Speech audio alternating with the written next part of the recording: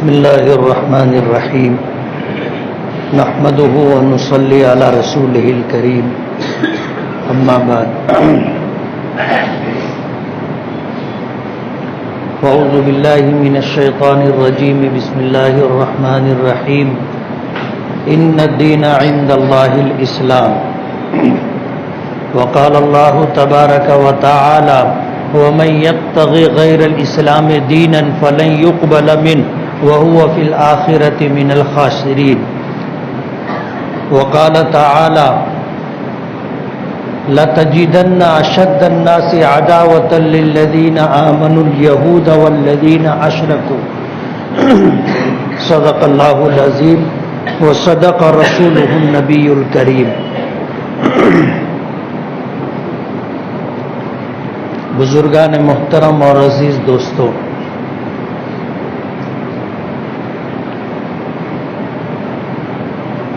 روئے زمین پر سب سے پہلا مذہب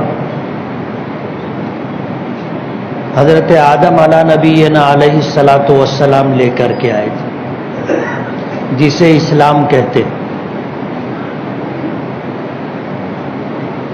دنیا انسانیت کی تاریخ اگر آپ دیکھیں گے تو سب سے پہلے انسان حضرت آدم علیہ الصلاۃ والسلام ہے. اللہ تعالیٰ نے جب یہ کائنات بنائی تو انسانوں سے پہلے اس روئے زمین پر جنات و شیاطین آباد تھے، اور جب اللہ تعالیٰ نے اس زمین پر انسانوں کو آباد کرنے کا فیصلہ کیا تو سب سے پہلے حضرت آدم علیہ الصلاۃ والسلام کو وجود عطا کیا. اور طریقہ کار یہ تھا کہ اللہ پاک نے فرشتوں کو زمین پر بھیجا کہ زمین پر جاؤ اور مٹی لے کر کے آؤ. تو فرشتے روئے زمین پر آئے، یہاں سے کالی پیلی لال مٹی لے کر کے گئے، الگ الگ رنگ کی مٹیاں تھی، لے کر کے گئے. اللہ تعالیٰ نے فرشتوں کو حکم دیا کہ ایک مجسمہ بنایا جائے. وہ مجسمہ کیسا ہو اللہ نے فرشتوں کو بتایا. فرشتوں نے پیر سے لے کر کے گردن تک کا حصہ بنایا. اللہ پاک کا حکم ہوا کہ اب جسم کا حصہ ایک ایسا حصہ بنایا جائے جس میں دیکھنے کی، سننے کی، چکھنے کی، بولنے کی، سونگھنے کی، سوچنے کی یہ ساری صلاحیتیں ہوں. فرشتوں نے معذرت کر لی. تو پھر حضرت آدم علیہ الصلاۃ والسلام کا چہرہ اور سر اللہ پاک نے اپنے دست قدرت سے بنایا، جس میں اللہ نے سوچنے کے لیے دماغ رکھا، دیکھنے کے لیے آنکھ رکھی، سننے کے لیے کان بنائے، بولنے اور چکھنے کے لیے زبان دی. اسی لیے ہمارے آقا حضرت محمد الرسول اللہ صلی اللہ علیہ وسلم نے ہمیں یہ تاکید کی ہے کہ اگر تعدیباً بھی، سزا کے طور پر بھی اگر کسی کو مارنا ہو تو سر اور چہرے پر نہ مارا جائے.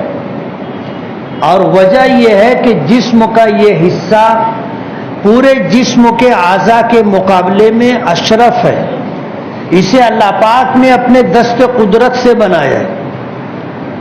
ہماری شریعت میں سر اور چہرے پر مارنے سے منع کیا گیا ہے. حضرت آدم علیہ الصلاۃ والسلام کا مجسمہ تیار ہوا، اللہ پاک نے اس میں روح ڈالی، روح پھونکی. حضرت آدم علیہ الصلاۃ والسلام کے جسم میں روح آنے کے بعد کتابوں میں آتا ہے کہ جب حضرت آدم علیہ الصلاۃ والسلام نے اپنی آنکھ کھولی تو عرش پر لکھا ہوا دیکھا لا الہ الا اللہ محمد الرسول اللہ. حضرت آدم علیہ الصلاۃ والسلام سمجھ گئے کہ یہ جس نام کو اللہ پاک نے اپنے نام کے ساتھ جوڑ کر عرش الہی پر لکھ رکھا ہے، یہ کوئی بہت عظیم الشان شخصیت ہوگی اور جو اللہ کو بہت محبوب ہوگی. میں بہت مختصر کر کے